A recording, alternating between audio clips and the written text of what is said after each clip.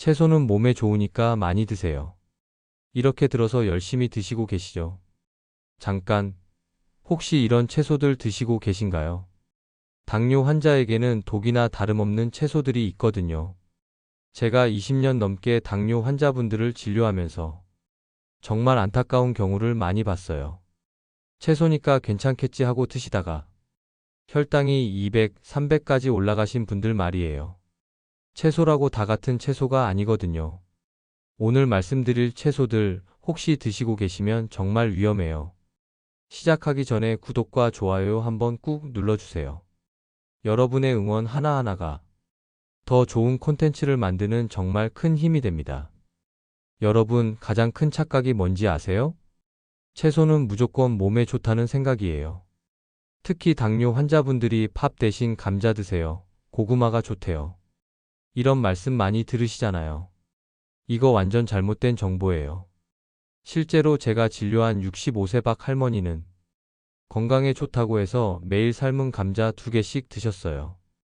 그런데 3개월 후 당화 혈색소가 7.2%에서 9.1%로 뛰어 올랐거든요. 선생님, 밥도 안 먹고 채소만 먹었는데 왜 이렇게 됐어요? 하시더라고요. 바로 잘못된 채소 선택 때문이었어요. 채소에도 혈당을 확 올리는 것들이 있어요. 심지어 흰쌀밥보다 더 위험한 채소들도 있거든요. 지금부터 하나씩 정확히 알려드릴게요.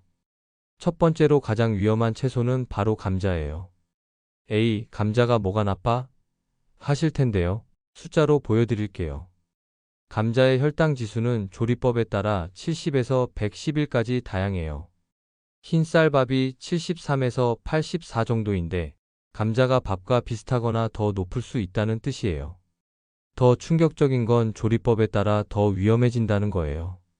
삶은 감자는 혈당 지수가 70에서 82, 구운 감자는 85에서 111까지 올라가요. 정말 높은 수준이에요. 실제로 제가 실험해 봤어요. 당뇨 환자분에게 중간 크기 감자 하나를 드시게 했더니 식후 1시간 만에 혈당이 120에서 280까지 올라갔어요. 160이나 뛴 거예요. 그런데 왜 감자가 이렇게 위험할까요? 감자는 주로 전분으로 이루어져 있거든요. 전분은 몸에서 포도당으로 바로 바뀌어요. 그것도 아주 빠르게요. 특히 감자 요리들이 정말 위험해요. 감자탕, 감자조림, 감자전, 심지어 감자 샐러드까지. 샐러드니까 괜찮겠지 하시는데 마요네즈까지 더해지면 더 큰 문제가 돼요. 감자칩이나 감자튀김은 말할 것도 없고요. 기름까지 더해지면 혈당도 올리고 혈관도 막아요. 혹시 그럼 감자를 아예 못 먹나요? 하시는 분들 계실 텐데요. 완전히 못 먹는 건 아니지만 당뇨 환자분들은 정말 조심하셔야 해요. 드신다면 정말 조금씩, 그리고 식이섬유가 풍부한 채소와 함께 드세요. 두 번째는 당근이에요. 당근이 나빠요? 비타민 A가 풍부한데? 하실 텐데요. 조리법이 문제예요. 생당근의 혈당 지수는 16에서 41 정도로 낮아요. 그런데 삶은 당근은 혈당 지수가 49에서 85까지 올라가요. 조리법에 따라 이렇게 차이가 나는 거예요. 왜 이런 일이 생기냐면 당근을 가열하면 전분이 분해되면서 혈당 지수가 상승하거든요. 그래서 당근을 익혀서 드시면 혈당이 확 올라가는 거예요. 특히 당근 조림이나 당근 수프는 정말 위험해요. 설탕이나 꿀까지 넣어서 조리하니까 더더욱 문제가 되죠. 실제로 73세 김할아버지가 눈에 좋다고 해서 매일 당근 조림을 드셨는데 식후 혈당이 250까지 올라가셨어요. 생당근으로 바꾸신 후에는 혈당이 안정됐거든요. 그래서 당근을 드시려면 반드시 생으로 드세요. 샐러드에 넣어서 드시거나 생으로 깍둑 썰기해서 드시는 게 좋아요. 세 번째는 옥수수예요. 옥수수가 채소예요? 하시는 분들도 계시는데 식물학적으로는 곡물이지만 많은 분들이 채소처럼 드시잖아요.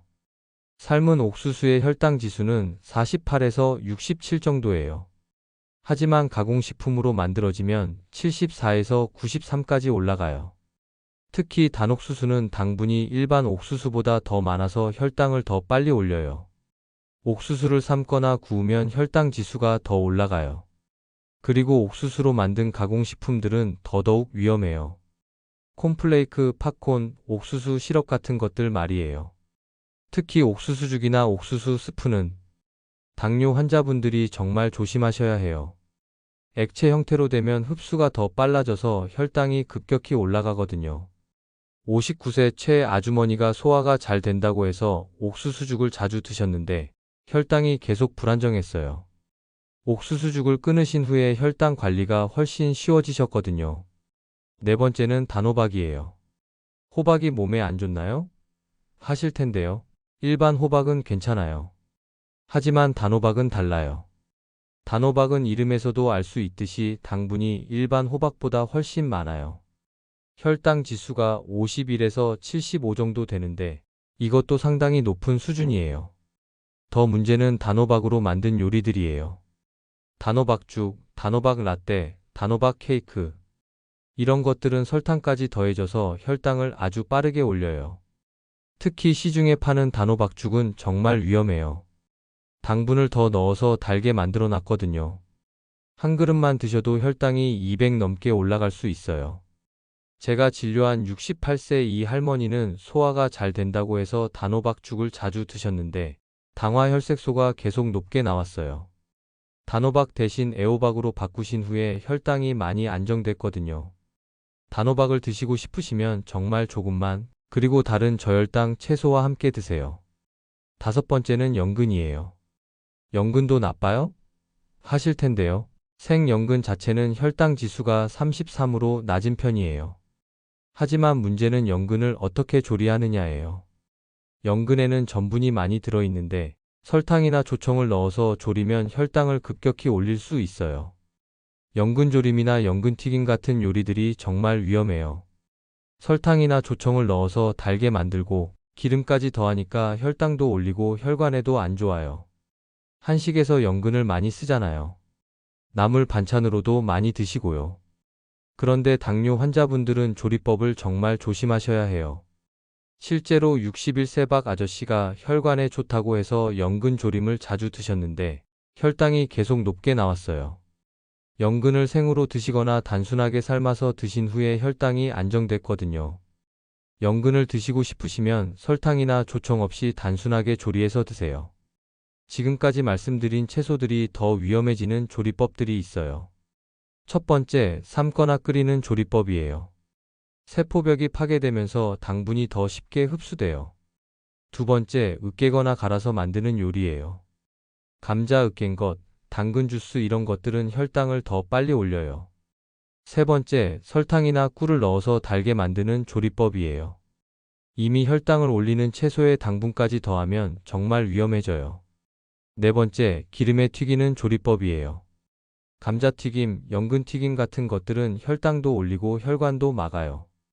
이런 조리법들은 당뇨 환자분들이 절대 피하셔야 해요. 그럼 이런 채소들을 아예 못 먹나요? 하실 텐데요.